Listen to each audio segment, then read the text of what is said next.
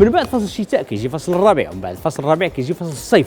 واهم حاجه كتميز فصل الصيف هي العطله وكذلك الاعراس المغربيه المعروفه بالمتعه ديالها وكذلك بالتقاليد اللي كتمارس فيها وكذلك بالاجتماع ديال الناس. ولكن اهم حاجه كتميز الاعراس المغربيه هو العماريه هو واحد التقليد مغربي، ولا ممكن يكون تقليد شمال افريقي او لا تقليد اغريقي ولا افريقي، حنا ما عارفين شيء. ولهذا غادي نمشيو للشارع وغادي نسولوا شنو هو الاصل ديال العماريه اللي كنشوفوها في الاعراس المغربيه. يلا نمشيو.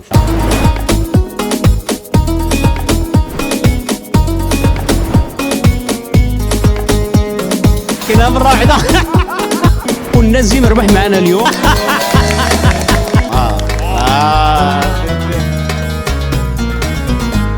السلام عليكم. وعليكم السلام ورحمة الله. بخير، كي دايره؟ الحمد لله. قول لي دابا انت حاضره هنا في شي عرس؟ راه بحال عرس، زعما تبارك الله عليهم بحال عرس. سمعنا الاطفال وهذا والشباب كيغنيو، عمرك جربتي تغني؟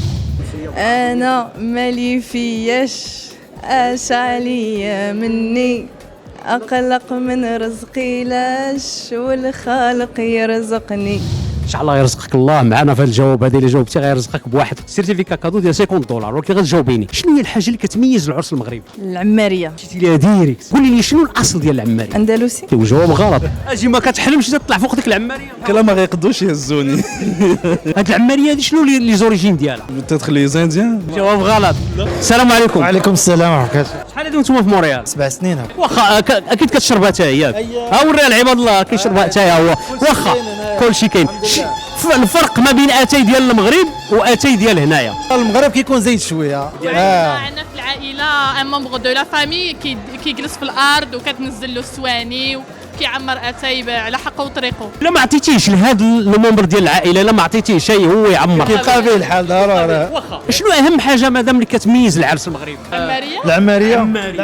ركبتي في العماريه؟ ركبت في الطيفور وفي العماريه بجوج مع العماريه كتجي مربعه كتكون جالسه فيها العروسه، والطيافر ما كيكونش مغطيين، الطيفور كيكون غير الطيفور هيدا كتكون جالسه فيها العروسه والعروس. ما عمرك سولتي شنو الاصل ديال العماريه؟ الحضاره الاندلسيه يعني جابوا هذا التقليد هذا ديال المغرب. العراسات ديال شحال هادي ملي كانوا كيمشيو من قبيله لقبيله كانوا كيديو العروسه فوق الحصان، وكتكون واحد الحاجه من فوق باش كتمشي فيها العروسه من الدار للهوداج، باش كتمشي من دار العروسه لدار العروس كانوا كيديوها فيها. دونك يمكن هذا التطور ديالها في العراسات. عربيه يعني حتى هي تكون جات من يعني من الشرق من الجزيره العربيه وجات المغرب. وجواب غلط. السلام عليكم. وعليكم السلام ورحمة الله تعالى وبركاته. لاباس كلشي بخير الحمد لله. هي فاسيه هي مكناسيه هي طنجاويه؟ فاسيه. شنو اللي كيميز فاس من حيث العراسات المده ديالهم كطوال فاس، النهار ديال الحمام، النهار ديال الحنه، النهار ديال الفراش، النهار ديال الرشم، النهار ديال كمالة العطيه كدا تيرم تيبيكمون فاسي. الحلول ديال اي عروسه مثلا هي تطلع في العماريه. عارفه القصه ديال العماريه؟ شحال هادي ما كانت الميده كيقولوا لها الميده. ها كيطلع الميده بلديه بداك اللبسه الكبيره الفاسيه ثقيله. هذيك هي اللي كانت الهدف ديالها هو هذاك النوع من الاشهار بلي هذه السيده راه تزوجت. نعم وكذلك نوع من التكريم ليها.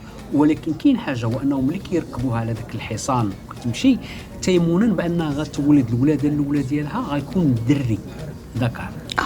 هذا كلهم جا في الكتاب ديال ليون الافريكان، وكذلك جا في الكتب ديال الباحثين اللي بحثوا في هذا ما شاء الله. دابا السؤال ديالنا ما عنديش فكره. دابا السؤال ديالنا شنو الاصل ديال العماريه؟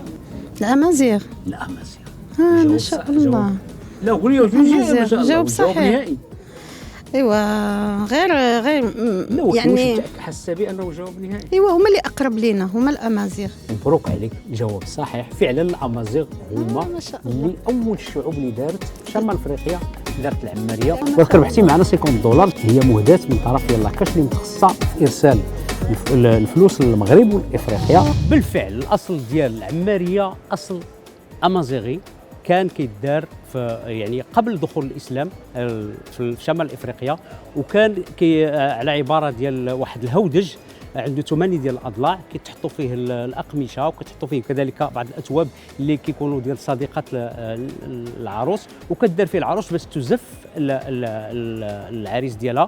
وكان واحد العدد ديال الباحثين اللي تحدثوا على الاصل ديال العماريه. منهم مثلا الباحث مصطفى وعراب اللي اعتمد على ما كتبه او الاطروحه ديال الفرنسي، الباحث الفرنسي لاوست، اللي كيهضر على انه كيقول العماريه عندها ارتباط بطقوس وثنيه سحريه يعني قديمه كانت عند الامازيغ في شمال افريقيا. كذلك حسن الوزاليو الافريقي في الكتاب ديال الوصف افريقيا تحدث على الاعراس المغربيه في فاس، وتحدث على العماريه، واعتبر انها هي واحد الطقس من الطقوس الضروريه في جميع الاعراس اللي كانوا كيزفوا بها العروس من دار ديال باها للدار ديال العروس ديالها، يا اما تحمل على اكتاف ديال الشباب. وكاينين تقاليد اخرى اللي كتحمل العماريه على ظهر فرس. ذلك تيمونا باش انه اول حمله ديال العروس انه يكون عندها ولد ذكر. هذا الشيء كله كي مرتبط بانه تقليد مغربي، يعني هذا العماريه تقليد امازيغي مغربي، ما هو افريقي ما هو اغريقي. اذا ما نطولش عليكم، الجواب ديال السؤال ديالنا انه العماريه اصل ديالها امازيغي.